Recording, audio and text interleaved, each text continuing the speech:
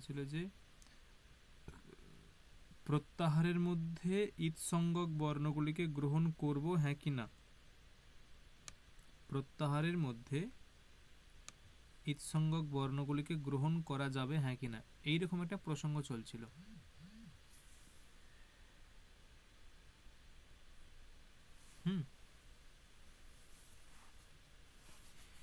তা এমনি বলেছেন যে গ্রহণ করা যাবে না, কারণ আমরা দেখেছি যে প্রত্যাহারের মধ্যে ইৎসঙ্গক বর্ণগুলিকে গ্রহণ করি কি, যখন আমরা প্রত্যাহার করি, যখন আমরা প্রত্যাহার নির্ণয় করি সেখানে কি ইৎসঙ্গক বর্ণগুলিকে প্রত্যাহারের মধ্যে গ্রহণ করি হ্যাঁ কি না। গ্রহণ করি না স্যার। গ্রহণ করি না। না না।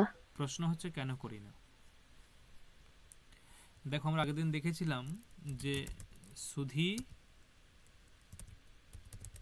উপাস্য, এখানে সুধ ই উপাস্য, ইকো ইয়ন হচ্ছে সূত্র করে সুধ জ উপাস্য, শুদ্ধিউপাস্য, এটা বোঝা গিয়েছিল হ্যাঁ কি না। এটা বোঝা গিয়েছিল হ্যাঁ কি না, নাকি আবার বলতে হবে। বুঝেছি। বলো। হ্যাঁ স্যার বুঝতে পেরেছি। কেউ বুঝতে পারো না এমন আছো? কেউ বুঝতে পারো না এমন আছো?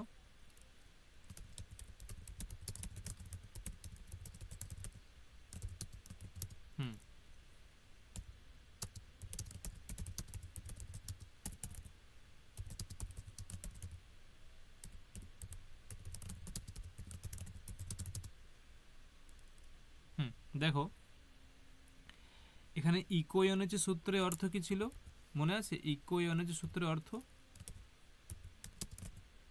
ইকের স্থানে জন হবে অচ পরে থাকলে, পরে অচ থাকলে। ইক বলতে কি কি? হর্ষই হর্ষ রিলি। হর্ষই হর্ষ রিলি। এবং ইকের স্থানে দেখো এরকম ছিল,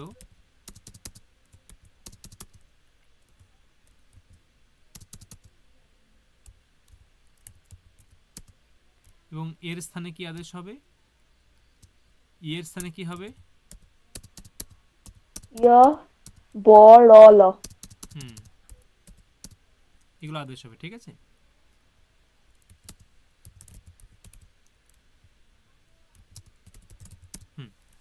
তাই দেখো পরে যদি অচ থাকে, এখানে অচ কোনটা? এখানে অচ কোনটা? হর্ষ। সমস্ত স্বরবর্ণ। হ্যাঁ কোনটা? হর্ষটা। হর্ষটা। হর্ষটা হচ্ছে অচ। অচ পরে থাকার জন্য ইক মানে হচ্ছে ইকার, তার স্থানে জকার হয়ে গেছে, শুদ্ধি উপাস্য হয়ে গেছে। এখন আমি বলেছিলাম, একটা উদাহরণ দিচ্ছিলাম যে যদি যে কেন গ্রহণ করা হবে না, গ্রহণ করা কেন হবে না, এরকম যদি বারণ করে তাহলে আগে দেখতে হবে গ্রহণ করলে কি হয়। ওই যে অঞ্জনাকে উদাহরণ দিচ্ছিলাম যে গ্রহণ করলে কি হয় সেটা আগে দেখতে হবে, ঠিক আছে। আমি প্রত্যাহারের মধ্যে ইৎসঙ্গক বর্ণগুলিকে গ্রহণ করে দেখছি কি হয়, ঠিক আছে। ইৎসঙ্গক বর্ণগুলিকে প্রত্যাহারের মধ্যে গ্রহণ করে দেখছি কি হয়, কোথায় অসুবিধা হয়। ইৎসঙ্গক বর্ণগুলিকে প্রত্যাহারের মধ্যে গ্রহণ করে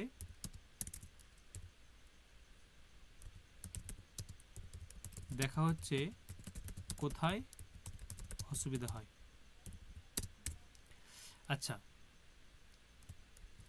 অ ই উন রি রিক এ ওং ওই ঔচ, এরপর আরও আছে। তাহলে বলো তো অচ প্রত্যাহারের মধ্যে কি কি আসবে? ইৎসঙ্গক বর্ণগুলিকে আমি প্রত্যাহারের মধ্যে গ্রহণ করব, ইৎসঙ্গক বর্ণগুলিকে প্রত্যাহারের মধ্যে গ্রহণ করব, তাহলে অচ প্রত্যাহারে কি কি আসবে? ঈদ সংজ্ঞক বর্ণগুলিকে প্রত্যাহারের মধ্যে গ্রহণ করব, তাহলে অজ প্রত্যাহারের মধ্যে কি কি আসবে?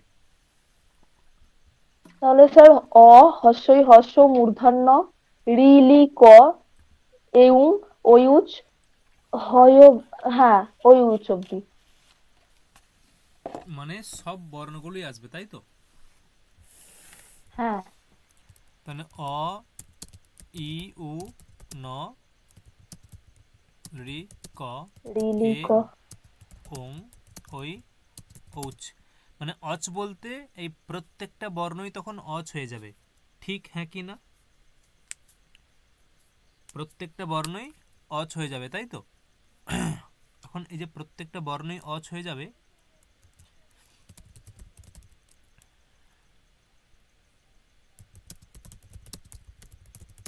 তার মানে তখন এই নকারটাও অচ, ভেবে দেখো, এই ককারটাও অচ, ওকারটাও অচ, চকারটাও অচ। ঠিক আছে, প্রত্যেকটা বর্ণই কিন্তু অচ।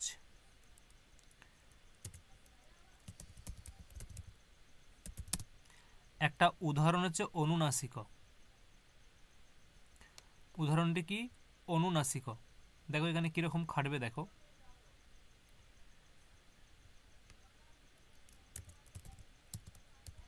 অন উ ন আ স ই ক অ। এটা আমি বর্ণ বিশ্লেষণ করলাম। অনুনাসিক এটাকে বর্ণ বিশ্লেষণ করলাম। অনুনাসিক অন উ ন আ স ই ক হয়েছে তো বর্ণ বিশ্লেষণটা। তাহলে ভেবে দেখো, এই যে ককারটা অচ হ্যাঁ কি না? যদি আমি ঈদসংজ্ঞক বর্ণগুলিকে প্রত্যাহারের মধ্যে গ্রহণ করি, তাহলে ককারটা অচ হ্যাঁ কি না? হ্যাঁ ককারটা অচ হ্যাঁ কি না? আমি গলা শুনতে হ্যাঁ পাচ্ছি? স্যার। হ্যাঁ হ্যাঁ, হ্যাঁ হ্যাঁ অচ, তাই তো?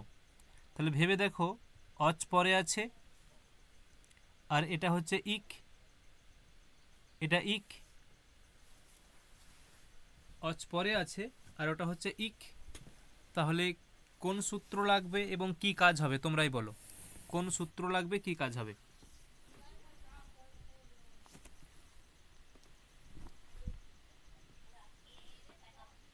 কোন সূত্র লাগবে?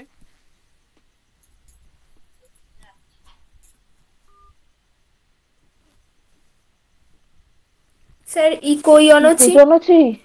Yes, echoey অনচি। ইকোই অনচি দিয়ে কি হবে?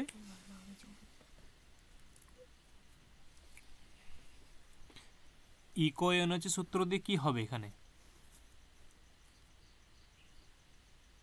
ওখানে জন হবে এবং তো ইয় হবে ওখানে। ইয় হবে, ইকারের স্থানে কি হবে? জ হবে, তাই তো? হ্যাঁ ইকারের স্থানে জ হয়ে যাবে। তাহলে অ ন উ ন আ স জ ক অ, এটা হবে। এটাকে এবার যোগ করলে কি হবে? অনু নাস জ ক, এরকম অনুনাস জক।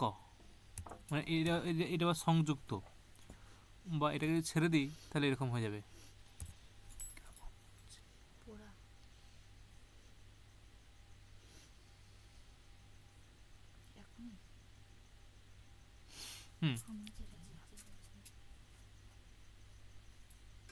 অনুনাস্যক দেখো, তাহলে দেখো, মানে যদি আমি ঈদসংজ্ঞক বর্ণগুলিকে প্রত্যাহারের মধ্যে গ্রহণ করি,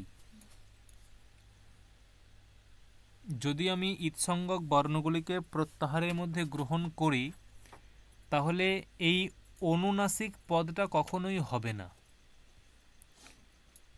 কি তাই তো? অনুনাসিক পদটা কখনোই গঠন হবে না। কেন হবে না? কারণ যদি আমি প্রত্যাহারের মধ্যে ঈদসংজ্ঞক বর্ণগুলিকে গ্রহণ করি, তাহলে ককারটা অচ হয়ে যাবে, ককারটা অচ হয়ে গেলে অচ পরে থাকলে এই ইকারের স্থানে জন হয়ে যাবে, দিয়ে এই রূপটা হবে অনুনাস্যক। অনুনাস্যক এই রূপটা হবে, কিন্তু অনুনাসিক এই রূপটা হবে না। দেখো বোঝা গেল হ্যাঁ কি না? বোঝা গেল হ্যাঁ কি না? দেখো হ্যাঁ স্যার।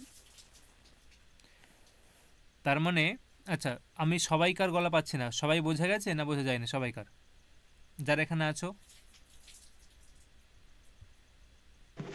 না স্যার।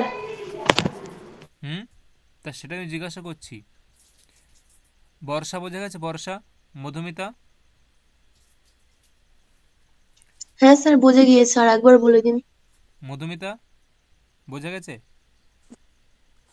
হ্যাঁ স্যার বুঝেছি।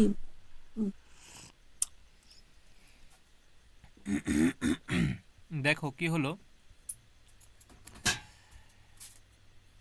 এই যে অনুনাস্যক এই রূপটা কেন আসছে? সুরচিতা মিউট খোলো। অনুনাস্যক এই রূপটা কেন আসছে আমাকে বলো। মানে অনুনাসিক অনুনাসিক এই রূপটা আর অনুনাস্যক এই রূপটার মধ্যে পার্থক্য কি, বা এই অনুনাস্যক এই রূপটা কেন আসছে? সেই অনুনাস্যক এলো তার কারণ ওই ইৎসঙ্গক বর্ণগুলিকে মানে গ্রহণ না না, করলাম ওই আমি জন্য। বলতে চাইছি অনুনাসিক আর অনুনাস্যক এর মধ্যে পার্থক্য কি আছে? একটাই আছে ইকার, একটাই আছে জকার, এটাই তো পার্থক্য। হুম। একটাই আছে ইকার, হ্যাঁ স্যার। একটাই আছে জকার, এটাই পার্থক্য। তাহলে জকারটা এলো কেন? হ্যাঁ, জকারটা এলো কেন?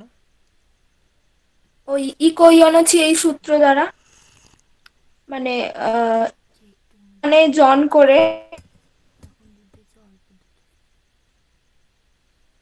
কি বলছো বলো। এই যেখানে ইকারটা এখানে স্যার, জকারটা এলো কেন? হ্যাঁ, অনুনাসিক যে সূত্রটা, ওই সূত্র দ্বারা ইক এর স্থানে জন হলো, যেহেতু অজ পড়ে আছে। অচ কোনটা? স্বরবর্ণ অটা। কোথায় অটা? ওই কয়ের পর যে অটা আসছে। উফ, ওটা কেন অচ হবে? ককারটা তো অচ এখন, এখন তো ককারটা অচ।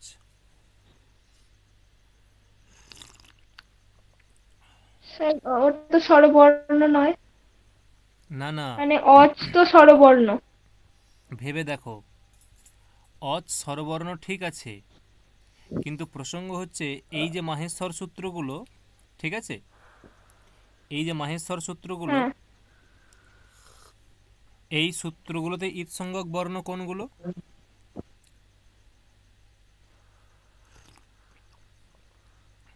এই সূত্রতে স্যার আরেকবার বলুন। এই যে অয়ুন ঋলিক এয়ং অয়ুচ, এই সূত্রতে ঈদসংজ্ঞক বর্ণ কোনগুলো? ঈদসংজ্ঞক ওই তো ন, অ রস্বই ক, না না ঈদসংজ্ঞক হচ্ছে মূর্ধন্য। হ্যাঁ, ক, অনুস্বার আর চ। মূর্ধন্য ক, মূর্ধন্য। মূর্ধন্য ক, উ আর চ, হ্যাঁ, তাই তো?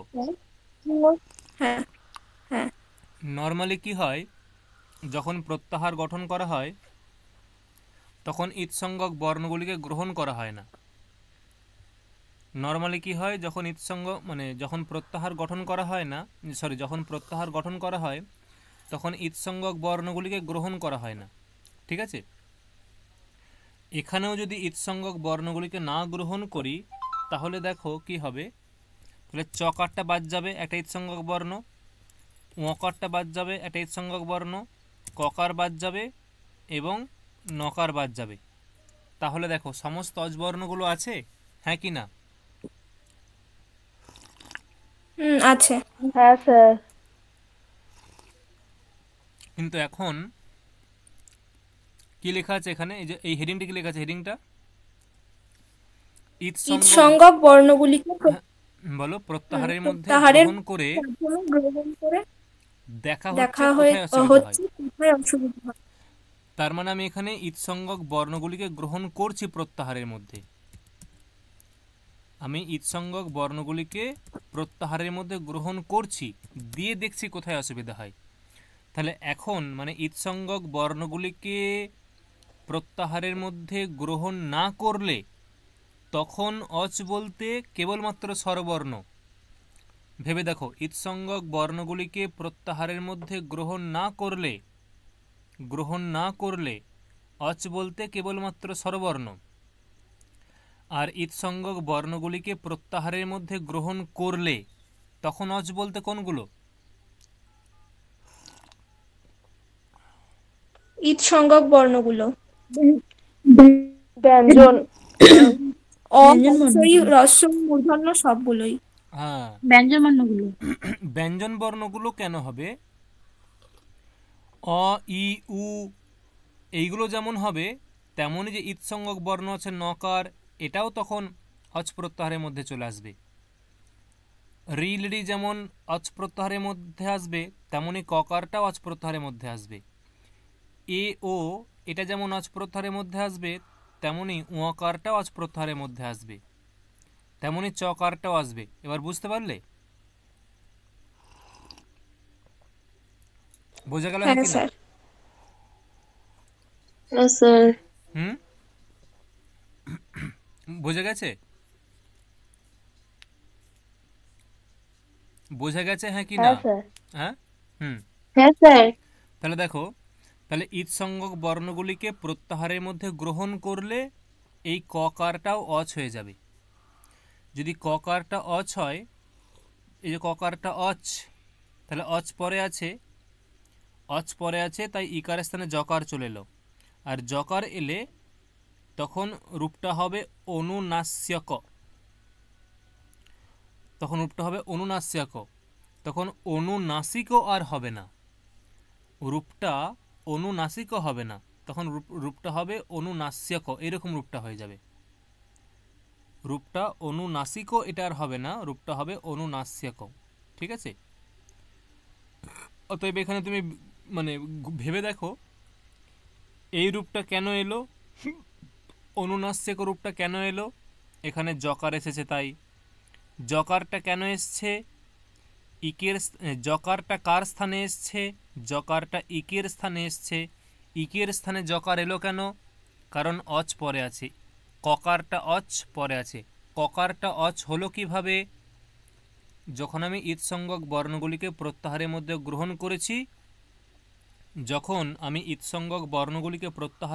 গ্রহণ করেছি, তখন ককারটাও অচ হয়ে গেছে। আর ককারটা অচ হয়ে যাওয়ার জন্য ইকার ইক তার স্থানে জকার এসেছে, ইকোয়ন হচ্ছে সূত্র দিয়ে। ঠিক আছে? তাই রূপটা হয়েছে অনুনাস্যক। কিন্তু বক্তব্য হচ্ছে, যদি অনুনাস্যক এই রূপটা পাণিনির ইষ্ট হতো, যদি অনুনাস্যক এই রূপটা পাণিনির ইষ্ট হতো, কি বললাম? যদি অনুনাস্যক এই রূপটা যদি সাধু রূপ হতো বা ঠিক হতো, তাহলে পাণিনি এই যে এই সূত্রে উপদেশে জনুনাসিক ইথ, এই সূত্রেতে উপদেশে জনুনাস্যক এইরকম প্রয়োগ করতেন, অনুনাসিক এরকম প্রয়োগ করতেন না। কি বললাম? সূত্রকার পাণিনি তাহলে সূত্রেতে অনুনাসিক এরকম প্রয়োগ করতেন না, তিনি প্রয়োগ করতেন অনুনাস্যক, এটা প্রয়োগ করতেন। অনুনাস্যক মানে যে এই রূপটা প্রয়োগ করতেন, এটা, তাহলে এটা প্রয়োগ করতেন না। তাহলে ভেবে দেখো অনুনাসিক রূপটা কখন হবে? অনুনাসিক রূপটা কখন হবে? যখন এই জকারটা আসবে না। জকারটা কার স্থানে এসছে? ইকারের স্থানে।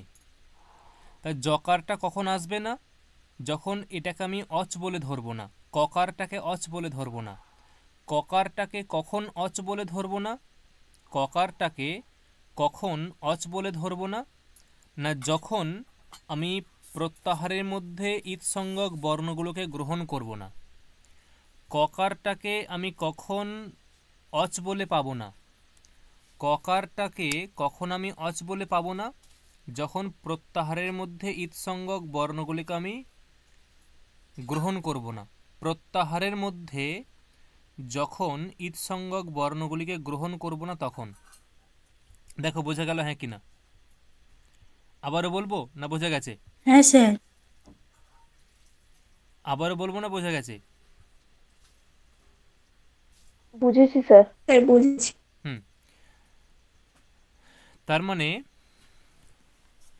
দেখো ভগবান পাণিনি কোথাও বলেননি, মানে কোথাও নির্দিষ্ট করে বলেননি যে যে প্রত্যাহারের মধ্যে ইৎসঙ্গক বর্ণগুলিকে গ্রহণ করা যাবে না, এটা ভগবান পাণিনি কোথাও বলেননি। এই যে এটা হচ্ছে সূত্র আর এটা হচ্ছে বৃত্তি। বৃত্তিকার রচনা, এটা হচ্ছে বৃত্তি। বৃত্তিটা কে রচনা করেছে? বৃত্তিকার কে? ভট্টজি দীক্ষিত। ভট্টজি দীক্ষিত। এটা ভট্টজি দীক্ষিত বলছেন যে প্রত্যাহারেষু ইতাম ন গ্রহণম। ভট্টজি দীক্ষিত কার মনের আশয়টা প্রকাশ করছেন? ভট্টজি দীক্ষিত কার মনের আশয়টা প্রকাশ করছেন? সূত্রকার পাণিনির মনের আশয়টা প্রকাশ করছেন। দেখো কখনো কখনো শিক্ষা মানে শিক্ষা দেওয়া হয় বিভিন্নভাবে। সবসময় যে মুখে বলে শিক্ষা দিতে হবে এমন কোনো কথা নেই, যে এটা কর ওটা কর, এটা করবি না ওটা করবি না, এভাবেই শিক্ষা দেওয়া যায় এমন নয়। শিক্ষা অনেকভাবে দেওয়া যায়। যেমন ধরো কি বলি, ধরো ধরো সায়ন্তিকা সায়ন্তিকা আর তার ভাই ছোট, সে মামার বাড়ি গেছে। মামার বাড়ি গিয়ে ওর ভাই খুবই ছোট, হয়তো এই সবে মাত্র 5 বছর কি 4 বছর 5 বছর হয়েছে।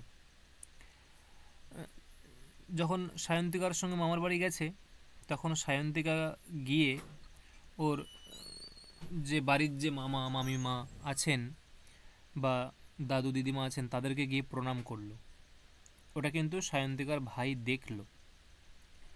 ওটা সায়ন্তিকার ভাই দেখলো, মানে ফার্স্ট টাইম দেখলো, ও কিন্তু করলো না।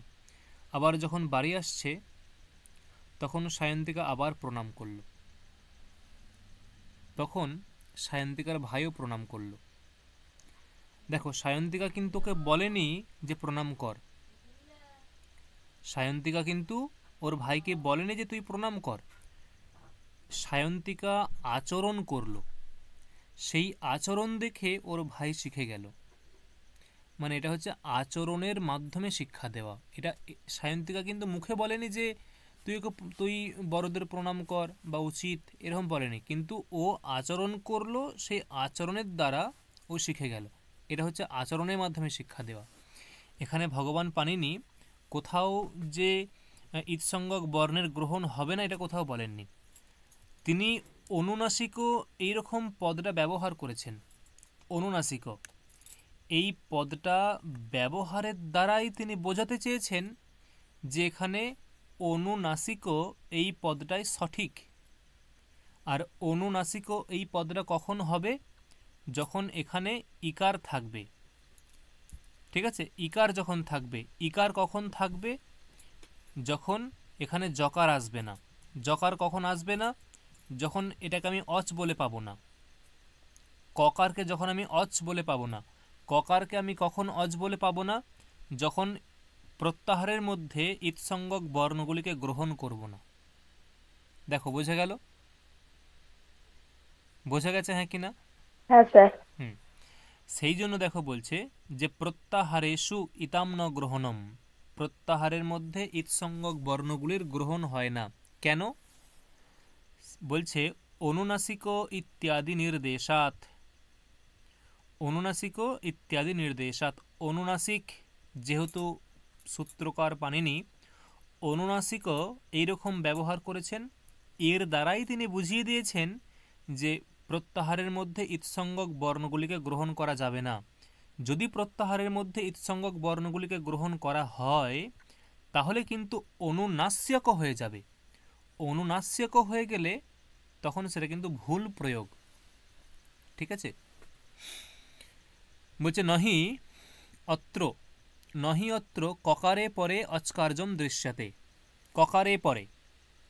অত্র মানে এই যে অনুনাসিক এই স্থলে, যে নহি অত্র আছে, অত্র মানে হচ্ছে অনুনাসিক এই স্থলে। অত্র মানে অনুনাসিক এই স্থলে ককারে পরে, মানে ককার যদি পরে থাকে, ককারে পরে, ককার যদি পরে থাকে তাহলে কি অচকার্যম ন দৃশ্যতে। অচকার্যম ন দৃশ্যতে বলতে মানে অচের স্থানে কোনো কার্য দেখা যায় না।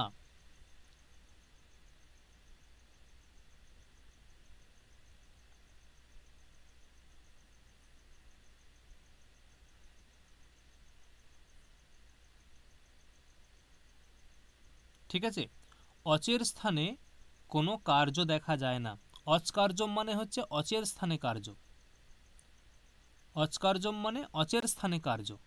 ঠিক আছে, দেখো এই যে অচ কোনটা, ইকারটা, ইকারের স্থানে কার্য হচ্ছে জকার, ইকারের স্থানে কার্য হলো জকার। ঠিক আছে, বলছে যে ককারে পরে, মানে ককার যদি পরে থাকে তাহলে এই যে ইকার যে অচ, এর স্থানে জকার আদেশ, এই কার্যটা কোথাও দেখা যায় না, কোথাও হয় না। তাই বলছে অত্র ককারে পরে, মানে ককার পরে থাকলে, ককার পরে থাকলে অচকার্যম, অচের স্থানে কোনো কার্য, অচ বলতে ইকার হচ্ছে অচ, ইকার হচ্ছে অচ, সেই অচের স্থানে কার্য ন দৃশ্যতে, নকারটা আগে আছে, এই যে নকার আছে, ন দৃশ্যতে কোথাও দেখা যায় না, অচের স্থানে কোনো কার্য দেখা যায় না। অর্থাৎ অচের স্থানে মানে ইকারের স্থানে জকার আদেশ কোথাও হয় না, তাই এখানে করার প্রয়োজন নেই। এইভাবেই বুঝিয়েছেন যে প্রত্যাহারেষু ইতাম ন গ্রহণম, প্রত্যাহারের মধ্যে ইৎসঙ্গক বর্ণগুলির গ্রহণ হবে না। আচ্ছা, প্রত্যাহার সংজ্ঞা বিধায়ক সূত্র কি?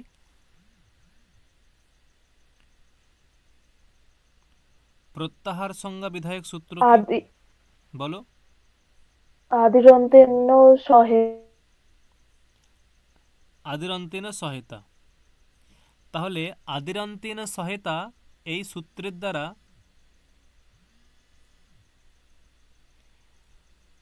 আদিরন্তেন সহেতা এই সূত্রের দ্বারা কোন সংজ্ঞা বিধান হয়?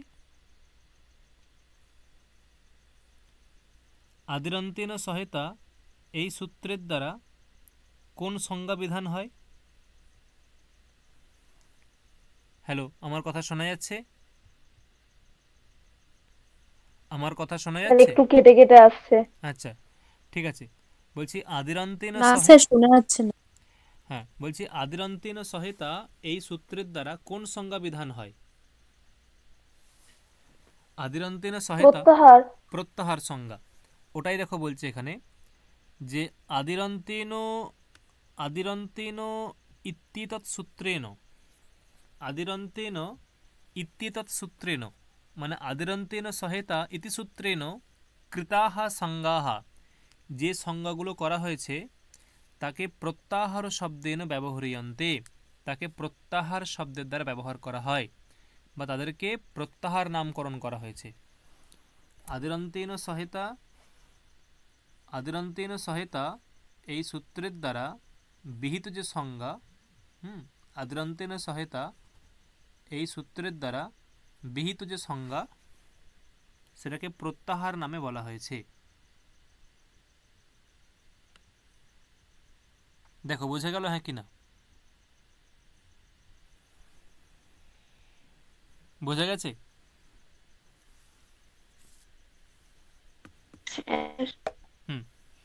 চলো পরবর্তী।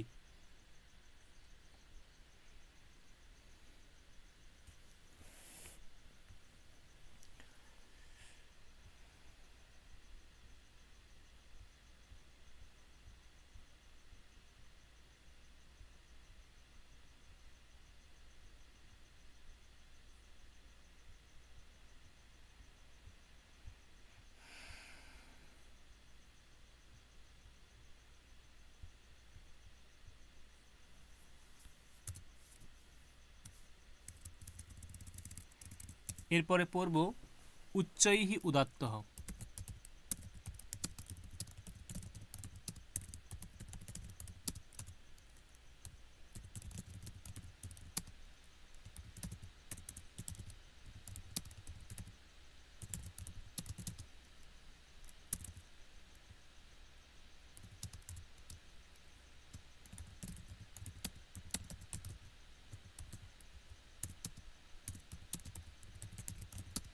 উদাত্ত এটা হচ্ছে প্রথম আর একবচন, ঠিক আছে, প্রথমা বিভক্তির একবচন। দেখো 8টা এই যে আমরা যে বর্ণগুলো উচ্চারণ করি না, মানে যে কোনো শব্দ উচ্চারণ করি, অকার ককার সকার মকার, মানে যত সমস্ত বর্ণ আছে যে উচ্চারণ করি, এই বর্ণগুলোর জন্য বা বর্ণগুলো উচ্চারণ করার জন্য আমাদের মুখের আভ্যন্তরে মানে মুখের ভিতরে এবং মুখের বাইরে কয়েকটা উচ্চারণ স্থান আছে, ঠিক আছে। কি বললাম? বর্ণ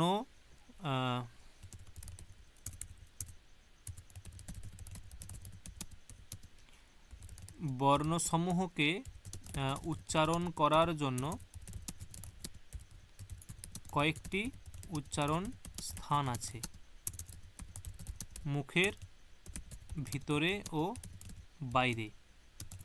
কয়েকটি বলতে এটা 8টা, ঠিক আছে, 8টি উচ্চারণ স্থান আছে। যেমন কি কি? অষ্টৌ স্থানানি বর্ণানাম উরহ কণ্ঠঃ শিরস্তথা জিহ্বামূলম চ দন্তাশ্চ নাসিক কোষ্ঠৌ চ তালু চ। আমি নেবো না চুড়ি, আমার চুড়ির অনেক আছে, এখন চুড়ি নেবো না। না কি কি? তুমি অষ্টৌ স্থানানি বর্ণানাম। আমি চুড়ি চমকন চুড়ি নেবো না। উরহ মানে হচ্ছে চুড়ি আর বক্ষস্থল। তুমি পড়বে তোমার হাতে নেই। কণ্ঠঃ শিরঃ মানে হচ্ছে মূর্ধা, কণ্ঠ মানে গলা, বোঝাই যাচ্ছে। জিহ্বামূল দন্ত, নাসিকা, ওষ্ঠ এবং তালু। 8টা হয়েছে। উরহ কণ্ঠঃ 2টো, শিরঃ 3টে, জিহ্বামূল 4টে, দন্ত নাসিকা ওষ্ঠ 6টা, 8টা হয়ে গেছে। তাহলে এই 8টা হচ্ছে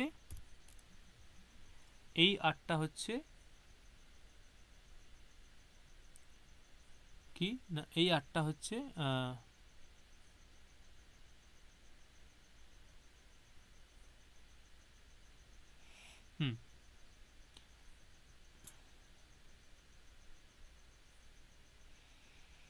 উচ্চারণ স্থান।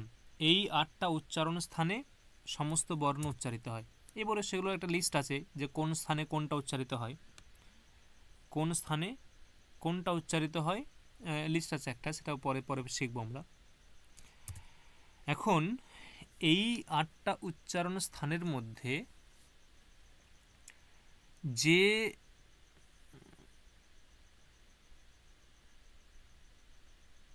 যে বর্ণগুলো, যেমন ধরো এই যে 8টা উচ্চারণ স্থান, তো এর মধ্যে যে আছে, যেমন এই যে তালু, তালু মানে কোনটা বলো তো? জিভের যে উপরের অংশটা, ওটা হচ্ছে তালু, মানে মুখের যে জিভের যে উপরের অংশটা সেটা হচ্ছে তালু, ঠিক আছে। মানে তালু প্রভৃতি যে ঊর্ধ্বভাগ মানে উচ্চারণ স্থান, তার মধ্যে যেটা ঊর্ধ্বভাগ, সেই ঊর্ধ্বভাগে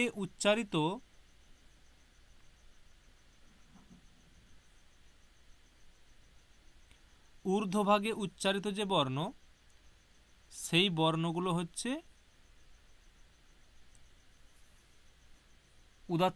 উদাত্ত সংজ্ঞক। তালু প্রভৃতি যে উচ্চারণ স্থান, ঠিক আছে, মানে 8টা উচ্চারণ স্থানের মধ্যে যেগুলো ঊর্ধ্বভাগে অবস্থিত উচ্চারণ স্থান মানে তালু, সেই তালু প্রভৃতি ঊর্ধ্বভাগে তালু প্রভৃতি যে উচ্চারণ স্থান, ঠিক আছে, তালু প্রভৃতি যে উচ্চারণ স্থান, সেই উচ্চারণ স্থানের ঊর্ধ্বভাগে উচ্চারিত যে বর্ণ, সেটা হচ্ছে উদাত্ত সংজ্ঞক হয়। সূত্রার্থ: তালু প্রভৃতি যে উচ্চারণ স্থান, সেই উচ্চারণ স্থানগুলির মধ্যে ঊর্ধ্বভাগে উচ্চারিত যে বর্ণ তার উদাত্ত সংজ্ঞা হয়। দেখো কি বললাম, বোঝা গেল? তালু প্রভৃতি যে উচ্চারণ স্থান, সেই উচ্চারণ স্থানগুলির মধ্যে ঊর্ধ্বভাগে উচ্চারিত যে বর্ণ, মানে যে সমস্ত বর্ণগুলো ঊর্ধ্বভাগে উচ্চারিত, ঊর্ধ্বভাগে বলতে মানে ঊর্ধ্বস্বরে উচ্চারিত হয় এরকম বুঝতে হবে। ঊর্ধ্বভাগে নিষ্পন্ন হয় যে অচ, ঠিক আছে, বা বর্ণ নয়, এগুলো হচ্ছে অচ অ্যাকচুয়ালি, অচ, ঠিক আছে।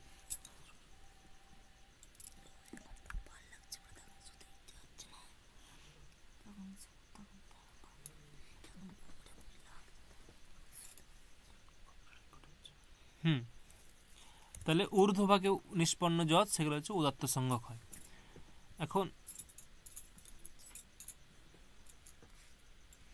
এখন এই যে উদাত্ত সংজ্ঞক হয়, ঠিক আছে, এগুলো এরকমই বুঝতে হবে।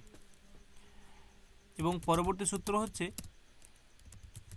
নিচই রণুদাত্ত, এটাও পদচ্ছেদ এরকমই হবে। নিচই হি, এটা হচ্ছে অব্যয়, অনুদাত্ত হয়, এটা হচ্ছে প্রথমার একবচন। সূত্রার্থ কি? একই, আগের মতোই, যে তালু প্রভৃতি যে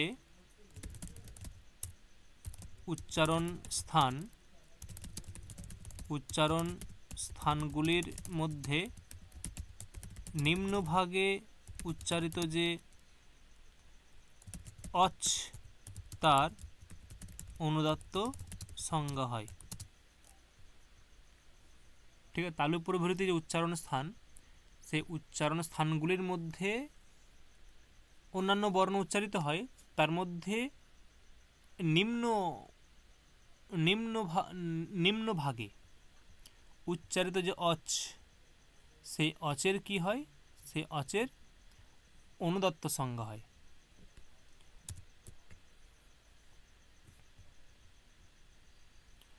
আর সরিতের কি হয়?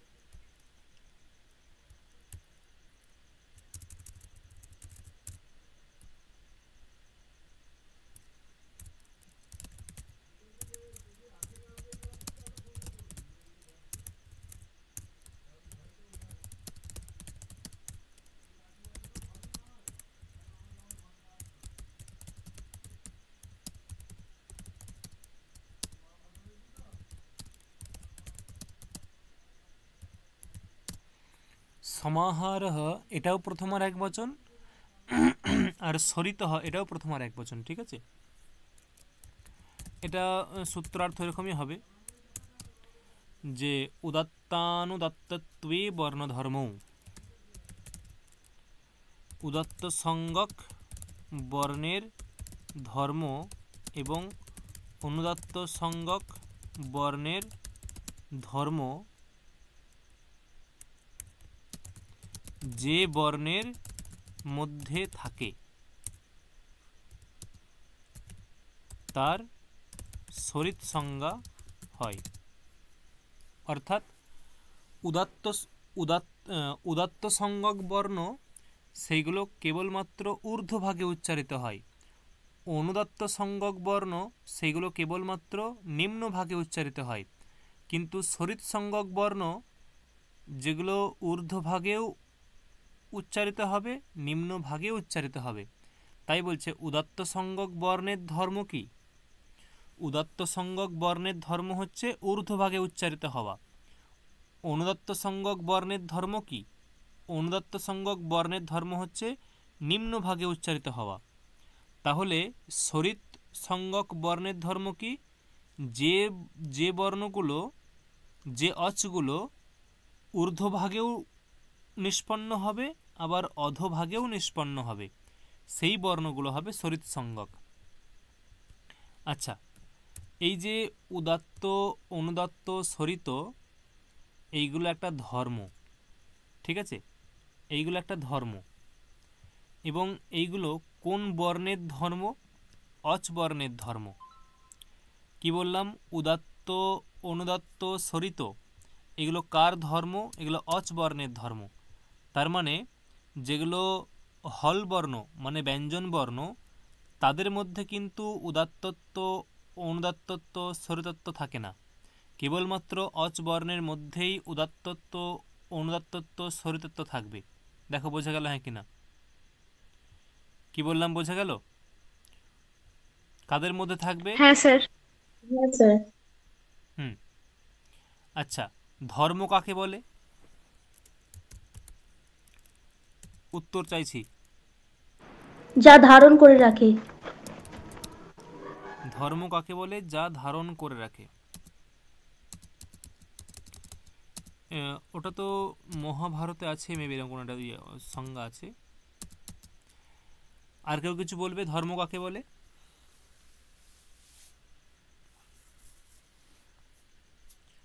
ধর্ম কাকে বলে?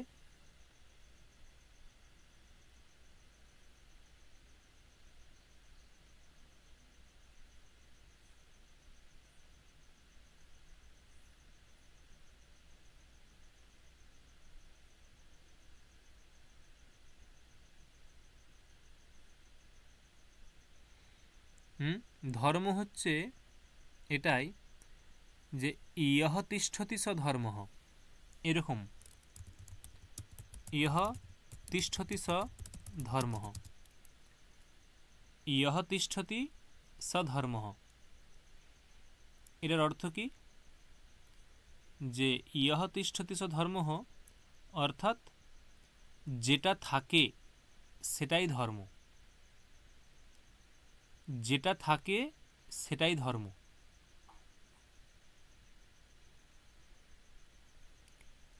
যেটা থাকে সেটাই ধর্ম।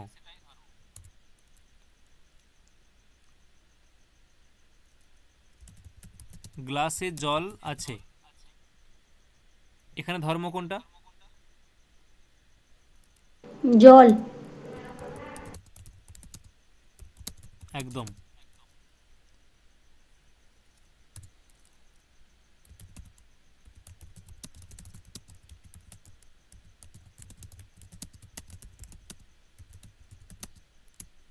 কোনটা? মনুষ্যত্ব। মনুষ্যত্ব। তাহলে আর ধর্ম যার থাকে তাকে কি বলে? ধার্মিক। ধন যার থাকে তাকে কি বলে? ধনবান। আর একটা অর্থে কি হবে? ধনী। ধনী। ধনী। ধর্ম যার থাকে তাকে কি বলবো? ধর্মী। ধর্ম যার থাকে তাকে বলবো ধর্মী। তাহলে এখানে ধর্মী কোনটা? এখানে ধর্মী কোনগুলো? এখানে দুটো বাক্যে মানুষ, গ্লাস। মানুষ এবং গ্লাস। বাহ। তাহলে দেখো ওই যে অচ এর মধ্যে থাকে উদাত্তত্ব, অনুদাত্তত্ব এবং স্বরিতত্ব।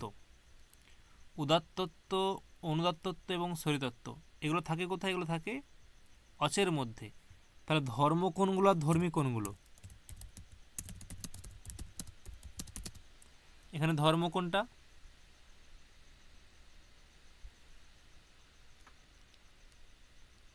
অচের মধ্যে থাকে উদাত্ত, অনুদাত্ত, সরিত। হ্যাঁ, এগুলো কি? স্যার ওগুলো ধর্ম। উদাত্তত্ব, অনুদাত্তত্ব এবং স্বরিতত্ব এগুলো হচ্ছে ধর্ম। আর ধর্মী কোনটা? অচ। অচ, একদম। এবং ধর্মী হচ্ছে অচ। ক্লিয়ার এবারে ব্যাপারটা বোঝা গেছে? হ্যাঁ স্যার।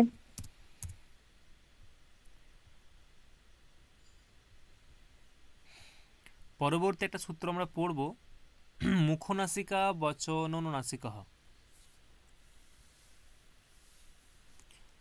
মুখনাসিকা বচন অনুনাসিকः।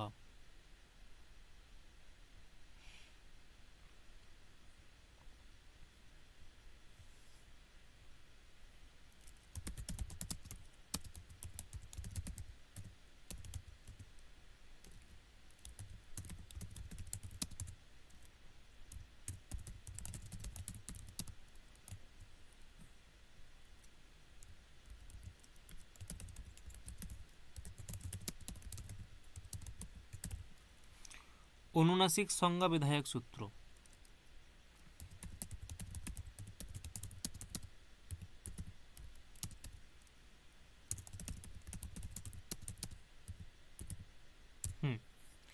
তাহলে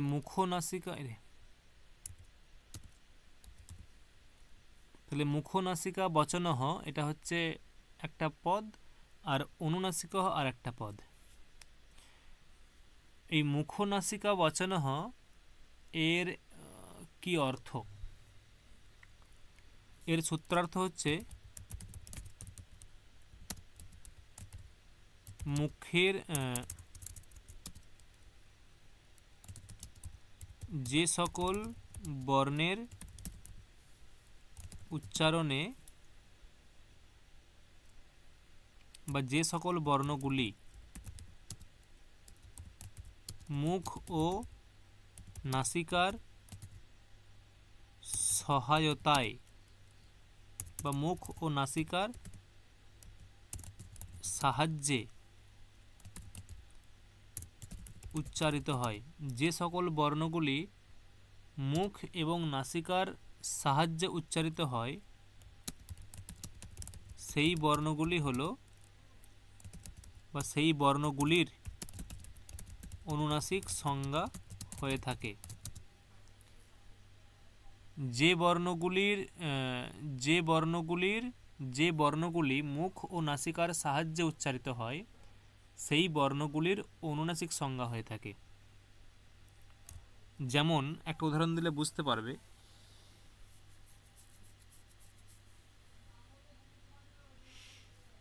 ওই যে 8টা উচ্চারণ স্থান বললাম না, ভেবে দেখো। একটা পংক্তি আছে এরকম, অকুহ বিসর্জনীয়ানাং কণ্ঠঃ। তার মানে কণ্ঠে কোন কোন বর্ণ উচ্চারিত হয়? অ ক বর্গ, হ বিসর্গ, এইগুলো। কু মানে ক বর্গ। অকুহ বিসর্জনীয়ানাং কণ্ঠ লাইন আছে। আবার লাইন আছে ইচুয় সানাম তালু, ইকার চবর্গ, ইয়কার সকার, এইগুলো হচ্ছে তালুতে উচ্চারিত হয়। রি টু রসানাম মূর্ধা, রি টবর্গ, র এবং স মূর্ধাতে। ঋতু লসানাম দন্তা, ঋ তবর্গ ল স দন্ততে।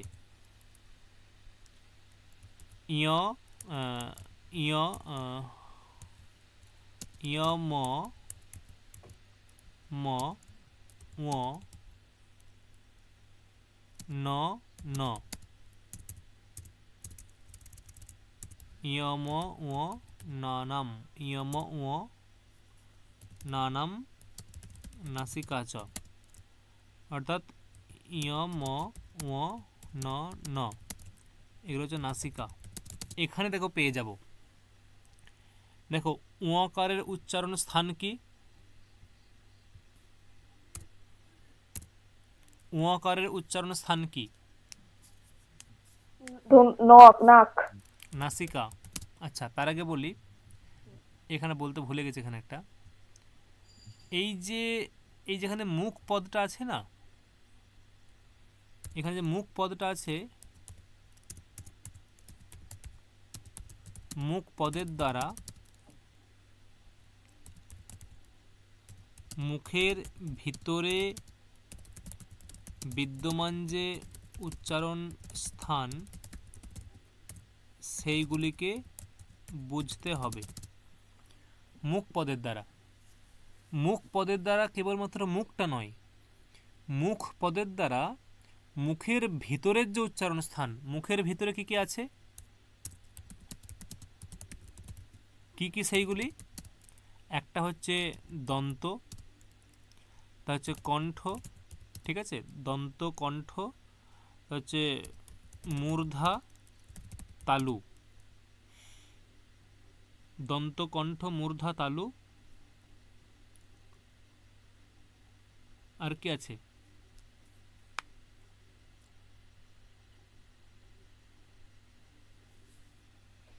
কণ্ঠ তালু মূর্ধা দন্ত, হ্যাঁ এইগুলোই, এর যে মুখের ভিতরে আছে দেখো, জিহ্বা মূলটাও হবে,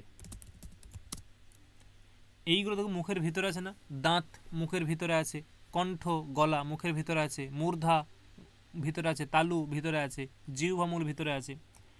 মানে এখানে এখানে মুখ বলতে অ্যাকচুয়ালি মুখ নয়, এখানে মুখ বলতে মুখের ভিতরে বিদ্যমান যে উচ্চারণ স্থান সেইগুলো।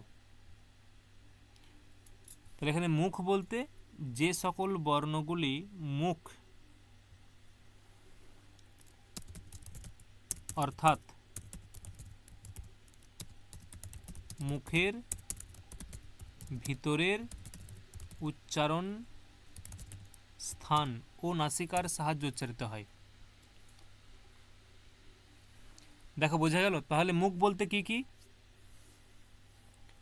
তাহলে মুখ বলতে কি কি,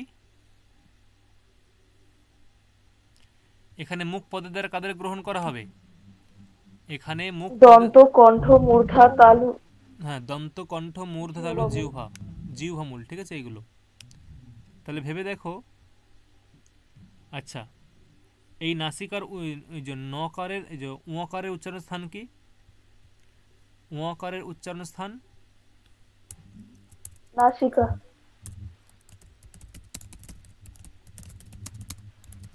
নাসিকা। আচ্ছা এইটা অনুসারে দেখো তো কি হবে, এইটা অনুসারে কি হবে,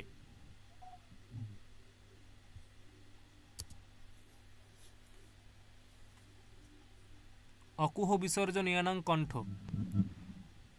কণ্ঠেতে কোন কোন বর্ণ উচ্চারিত হয় দেখো, কণ্ঠে কোন কোন বর্ণ উচ্চারিত হয় দেখো, জোরে জোরে বলো আমি শুনি, কণ্ঠে কোন কোন বর্ণ উচ্চারিত হয়,